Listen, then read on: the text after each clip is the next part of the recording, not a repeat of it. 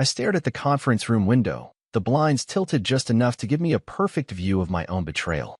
There he was, Thomas Wexler, my wife's father, the towering CEO of Wexler Solutions, gesturing animatedly to our biggest prospect ever, flipping through my slides, my diagrams, my architecture. The same presentation I'd built over a sleepless, caffeine-fueled week while his daughter, my wife, Camille, vanished for spa retreats and came home with excuses and eyes too heavy to be just tired. "You're not senior enough," he told me that morning, taking the USB from my hand like I was some intern fetching coffee instead of the guy who basically rebuilt his whole cloud architecture strategy from scratch. And now here I was, watching from my desk while he took credit in real time. Until it happened. The question. The one I knew the client would ask. "Can you explain how the cross-regional failover works without impacting the load balancer queue?" Silence. Thomas blinked. My wife, who sat beside him, shot a glance to the CTO, who looked just as lost. Because I'd intentionally left that piece out. I'd warned them, told them during the drafts that it needed my voice to explain. But they thought they could ride on my work and leave me out of the room. Now? Now all eyes turned toward me literally. I could see through the glass. The client's eyes shifted toward my desk in the open office. Then Thomas turned, pale. Then Camille. She mouthed something. "Fix this. Fix this? Fix this?" I should have laughed. I should have gotten up, walked out, and let it all burn. But something in me, maybe pride, maybe stupid loyalty, stood up and walked in. The rest of the meeting was a blur. I crushed the question. Delivered the answer clean, concise, and perfect. The client nodded. Camille smiled like she had coached me backstage. And Thomas? That bastard barely mumbled a thank you when they left. I didn't go back to my desk. I walked straight to the break room, locked the door, and just stood there, breathing. That's when the second betrayal hit. I opened Camille's iPad. She'd synced it with our iCloud, but never updated the password when she started using Face ID. I didn't even mean to snoop. I just wanted to watch something. But the Messages app was open, and the last chat wasn't mine. "Let's do something wild after this fake presentation thing," it said. From a contact named High Voltage Nate. Don't text back high voltage. My blood iced. Camille replied. "Still thinking about last night. You're way more exciting than my junior coder husband. See you after daddy's done playing CEO. Junior coder." She actually said that. That's what I was now? A joke? I scrolled higher. There were pictures. Not of them together, but suggestive enough. Clothes on the floor. Her legs curled on hotel sheets. Champagne bottles. Emoji after emoji, some censored in the system, but the intent so clear it made me feel sick. And the worst part? The last message. "Can't wait to see your face when he finds out. Face with tears of joy." That was my wife. The woman I built a life with. And she was planning a joke. On me. I looked in the mirror above the sink, and for the first time, I didn't recognize the man looking back. But I knew one thing, this wouldn't be a joke for long. I walked out of that break room like something inside me had cracked open and wasn't going to close again. The office noise blurred into nothing, phones ringing, keyboards clacking, people whispering about how I'd saved the pitch. None of it mattered anymore. I didn't go back to my desk. I went straight home. Early. Which was rare enough to be suspicious on its own. Camille wasn't expecting me, and I wasn't trying to be subtle. I slammed the front door harder than I meant to, let my keys clatter against the counter like gunshots. Silence. Then a voice from upstairs. "Babe, you're home already." She sounded so casual. Like everything was normal. Like she hadn't just demolished my dignity in a text thread with some sleazeball named Nate. I didn't answer. She came down the stairs wearing one of those expensive silk robes she always reserved for after her me days. Her hair was wrapped in a towel. Her face, blank, like she was trying to figure out whether to smile or prepare for a fight. "I thought you had work," she said, still playing the part. "Did something happen?" I held up the iPad. Didn't say a word. Just tapped the screen once and let her see the messages. Her expression didn't change right away. She didn't gasp, didn't cry, didn't even pretend to act shocked. "Oh," she said. "Just oh." Then she laughed. Actually laughed. Tossed her towel on the banister and folded her arms like this was all some minor inconvenience. "So what?" she said. "You're seriously going to throw a tantrum over a few texts?" "A few texts. A few texts." I repeated, stunned. "You called me a junior coder. You planned a night with someone else. You joked about how I'd react. Because you do overreact," she snapped. "You're like this sad little puppy who thinks if he works hard enough, people will finally respect him. You think saving that meeting today made you a hero? Please. My dad still thinks you're a joke. That did it. I felt something in me twist. Not rage. Not even heartbreak. Something colder. Something final. You cheated on me, I said. With Nate. She rolled her eyes. Oh my God. We didn't even do anything. Not that it's your business anyway. I moved closer. Not threatening. Just firm. Controlled. Tell me the truth. She tilted her head. You really want to hear it? Yeah, I do. She shrugged. Fine. You know what? Yeah, we did. Multiple times. While you were building your precious little presentation. While you were proving yourself to my father. While you were downstairs, asleep on the couch because I told you I had migraines. Happy now? I stood there, jaw clenched. My hands trembling so subtly she couldn't even see it. But inside, a storm was brewing. Not of rage, but of strategy. She walked past me, brushing my shoulder with hers like I was some stranger in a crowded hallway. Grow up, she muttered. You'll get over it. Or don't. Just don't make this harder than it has to be. I turned and watched her walk toward the kitchen. Calm. Confident. Like she'd won something. Like all of this. Our marriage. Our home. Everything was just a disposable phase. That's when I knew. I wasn't going to scream. I wasn't going to cry. I was going to end this in a way she'd never see coming. Quiet. Precise. And permanent. I didn't sleep that night.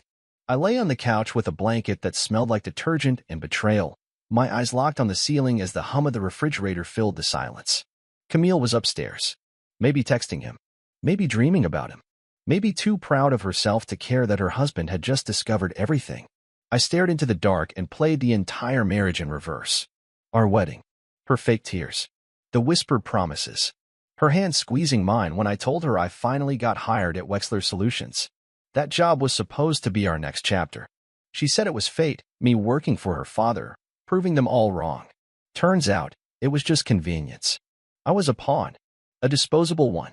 By the time the sun cracked through the curtains, I'd already decided what to do. I got dressed quietly and left before she woke up. I didn't leave a note. Didn't slam the door.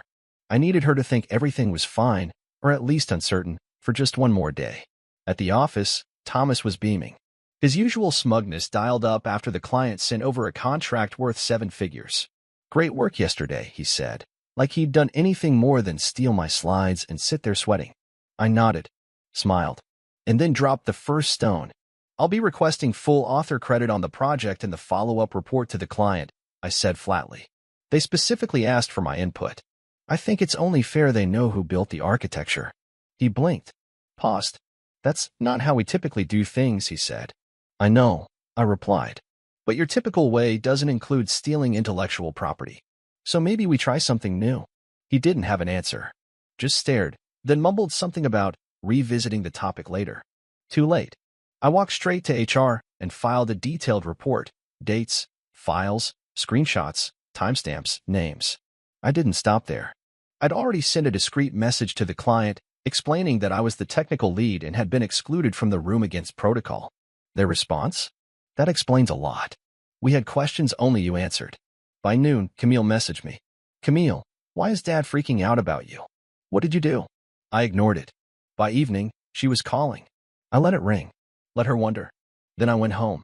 She was waiting at the kitchen table, her phone clenched in her hand, face twisted into that blend of panic and fury she usually reserved for missing packages or split ends. What the hell are you doing? She barked. I told the truth, I said. To your dad. To the client. About everything. Her eyes narrowed. You're trying to ruin him? No, I said, pulling up a chair across from her. I'm just not letting him ruin me. She laughed again. That awful, mocking laugh that scraped my nerves raw. You think anyone cares? You think the company's going to take your side over Thomas Wexler's? God, you really are naive. I leaned in slightly. Funny thing about truth. It tends to outlive people like him. There was a flicker of doubt behind her eyes then. A twitch of her jaw. She didn't know how much I'd already done. She didn't know about the backup emails I'd sent to legal, the NDA violations, the private Slack chats I had archived. She underestimated me. Again, she stood up, pacing, her robe sliding slightly off her shoulder. No longer seductive, just pathetic. This doesn't change anything, she snapped. You're still nobody. Maybe, I said quietly, but I'm not your fool anymore. She turned to face me. Fine. You want a divorce? Go ahead. But you're not getting a cent. My dad will make sure of that. I smiled. I don't want your money, I said. I want peace. Something you don't even recognize anymore. And then I walked away. Upstairs. To the guest room. Closed the door. And for the first time in months, I slept. The next morning was different. There was no silent tension, no fake kiss on the cheek, no pretending. Camille was already gone by the time I got up. I found a note on the kitchen counter, folded in half and written in her favorite gel pen like she was still in high school. No greeting. Just, "You're making a huge mistake. Don't burn bridges you'll need to crawl back over later." I read it twice. Smiled. Tore it into 4 clean strips and dropped it into the sink. I didn't go to the office that day. I went to a lawyer. A good one. She came recommended by a friend who had survived a brutal split and left with both his house and his spine intact. Her name was Rachel Keene, and the second I told her who my father-in-law was, she smirked. "I've been waiting for a client like you." Within hours, we were building a timeline. Camille's infidelity. My role at the company. The hostile work environment. The intellectual theft. Every screenshot, email, Slack message, I gave it all to her. And then I went back home. Camille was waiting for me again. This time standing in the doorway like a bouncer at some exclusive club. One I no longer wanted access to. "You skipped work," she said, arms crossed. "That's not a great look after yesterday." "I wasn't fired," I replied calmly. "And I had better things to do." She raised an eyebrow. "Like what?" "Try to HR some more." "Actually," I said, brushing past her, "I met with a lawyer." Her face changed like a curtain being yanked open mid-scene. Panic, confusion, anger, all flashing in 1 second. "You're kidding," she said. "You're seriously lawyering up?" I dropped my keys in the bowl and turned around slowly. "You slept with another man while married to me. You laughed about it. You called me a joke. You helped your dad erase me from the biggest moment of my career. And you're shocked I went to a lawyer." Her mouth opened. Nothing came out. She tried again. "This is overreacting, Adam." "No," I said. "This is finally reacting." She didn't follow me up the stairs this time. Didn't slam any doors or scream. She was running out of ground. And I think she finally felt it. By the end of that week, HR had launched an internal review. The client requested a renegotiation, with me as the primary tech liaison. Thomas was taking a leave of absence, and I was moved to another department under a different exec. Quietly, but respectfully. Camille didn't come home 2 nights in a row. I didn't ask where she was. I didn't care. The last time we spoke as husband and wife, she didn't even try to apologize. She just said, "You're really going to ruin everything over one mistake?" I looked her straight in the eye and said, "No, you did that. I'm just refusing to clean up after it." She left. And this time, I didn't wait up. The divorce papers were ready within 2 weeks. Rachel moved fast, laser-focused, precise, and without mercy. Just the way I needed her to be. Camille got served on a Thursday morning at her new downtown loft. I hadn't asked where she moved, but I knew it was Nate's place. A coworker casually mentioned they saw her car there at 2 a.m. a few days after she stormed out. She didn't text me after getting the papers. Not right away. But Nate did. It was a single message on LinkedIn of all places. "You could have taken the L quietly. Now you look petty." I stared at it for a full minute before replying. "Enjoy the leftovers." He blocked me. The next few weeks passed like scenes in a movie I didn't audition for. Meetings. Legal filings. My name being brought up in conversations I was never invited to before. The client that Thomas and Camille tried to steal? They wanted me flown out for a consultation. They'd been burned before by exec-level egos, and apparently I was refreshingly grounded. Funny what happens when you stop letting people walk all over you. Camille, meanwhile, went on a social media spree posting filtered selfies with captions like "healing energy only" and "new beginnings dizzy dot." Friends I hadn't heard from in years messaged to ask what happened. Some sent the posts. One even asked, "Is she okay?" "She's acting off." I didn't respond. Let her spin whatever version of the truth made her feel less like the villain. But inside, I knew something was shifting. Something she wasn't ready for. The day we met for the official division of assets, she showed up late. Of course, wearing sunglasses indoors, her hair perfectly done, like she was auditioning for sympathy. She didn't look at me until Rachel placed the documents between us. Camille scanned the pages, her fingers tapping against the table. "You're really taking the condo?" she asked. "I paid for it," I said flatly. "And I'm the only one who didn't treat it like a hotel." She looked up. Her mask cracked for just a moment. And the car. You can keep it, I replied. Consider it a parting gift. You'll need it when Nate realizes he didn't fall in love with a woman. He fell in love with revenge. Camille didn't speak again. She just signed. And when she left the building, she didn't look back. Rachel closed the folder and leaned toward me. You just got your life back. I nodded. But deep down, I knew something she didn't. I wasn't just getting it back. I was rebuilding it. From scratch. And this time, no one was going to sit in my seat while I watched from behind glass. 3 months passed. People say time heals. It doesn't. It reveals. It shows you what you missed while you were blinded by love, obligation, or fear of starting over. It unmasks everything and everyone. Most of all, yourself. I moved into a smaller apartment, closer to the edge of town. Nothing fancy. Just quiet. Peaceful. Mine. No phantom perfume in the pillows. No arguments echoing in the hall. No passive-aggressive sticky notes about who forgot to buy oat milk. Every morning, I'd wake up, make black coffee, sit on the balcony, and stare at nothing in particular. I wasn't rushing anymore. I wasn't grinding to prove something to a woman who never respected me or a boss who only saw me as a disposable asset. And maybe that's what hurt the most, how long I stayed. Not the cheating. Not the lies. Not even Nate and his smug, flirty texts. But me.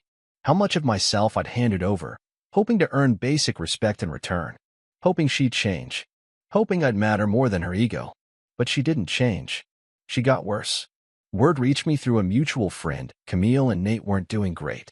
Apparently, once the thrill of sneaking around faded, they realized they had nothing in common.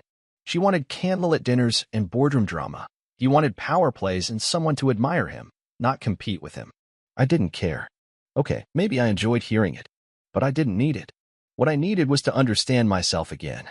Who I was before Camille. Before Wexler Solutions. Before the constant pressure to be enough for people who never even tried to see me clearly. That clarity came faster than I expected.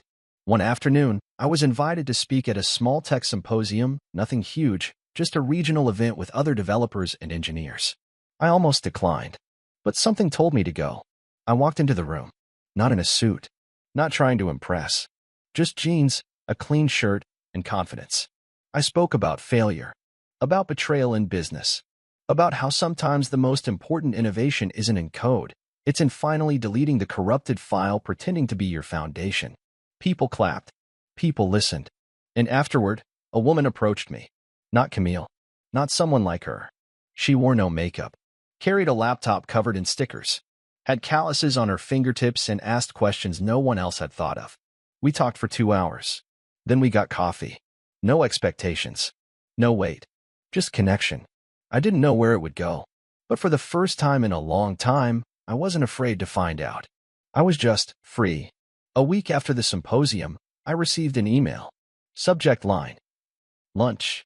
It was from her, Harper, the woman with sticker-covered tech and eyes that didn't wander over your shoulder while you spoke. She said she'd been thinking about our conversation, about the way I described rebuilding after betrayal like refactoring bad code. She wrote, I think we both know how to break things down. Maybe now's the time we learn how to build them up. I smiled at the screen longer than I should have. We met again. Then again. She wasn't dramatic. She didn't play games. She didn't need me to be anything other than present. There was no checklist. No resume of romantic history. Just laughter. Curiosity. Honesty. I wasn't used to it, and I think she saw that. I'm not her, she said once, out of nowhere. I know, I answered. And I did. Deeply. Fully. But something strange started happening. Camille began texting me again. The first one was a photo, my old hoodie, folded on a chair in what I recognized as her new apartment. Left this here. Want it back. I didn't respond. 2 days later. Saw your little LinkedIn update. Glad you finally got some recognition. I ignored that too. Then she called. It rang 5 times. I let it go to voicemail. 30 minutes later, a voice message. Her tone was calm, friendly, almost nostalgic. Hey, Adam. Just saw something that reminded me of you. Hope you're doing okay. You always were really good at bouncing back. I guess I just never said that. Anyway, I was thinking, maybe we could talk sometime. Not about us. Just life. I listened to it 3 times. She wasn't sorry. She wasn't asking forgiveness. She was circling back. The way narcissists do when they sense they've lost control of the narrative. I didn't reply. Not out of pettiness. Out of self-respect. Because I didn't need closure from the person who broke me. I'd already found it in the silence, the stillness, the slow rebuilding of a life that finally felt like it belonged to me. One night, I told Harper everything. Not just the affair, but the embarrassment, the small humiliations, the way Camille used to dismiss my ideas with fake laughs, and that's cute. Babe. The night she came home late and made me feel insane for asking where she'd been. The birthdays she forgot. The anniversary she downgraded to takeout in silence. Harper didn't interrupt.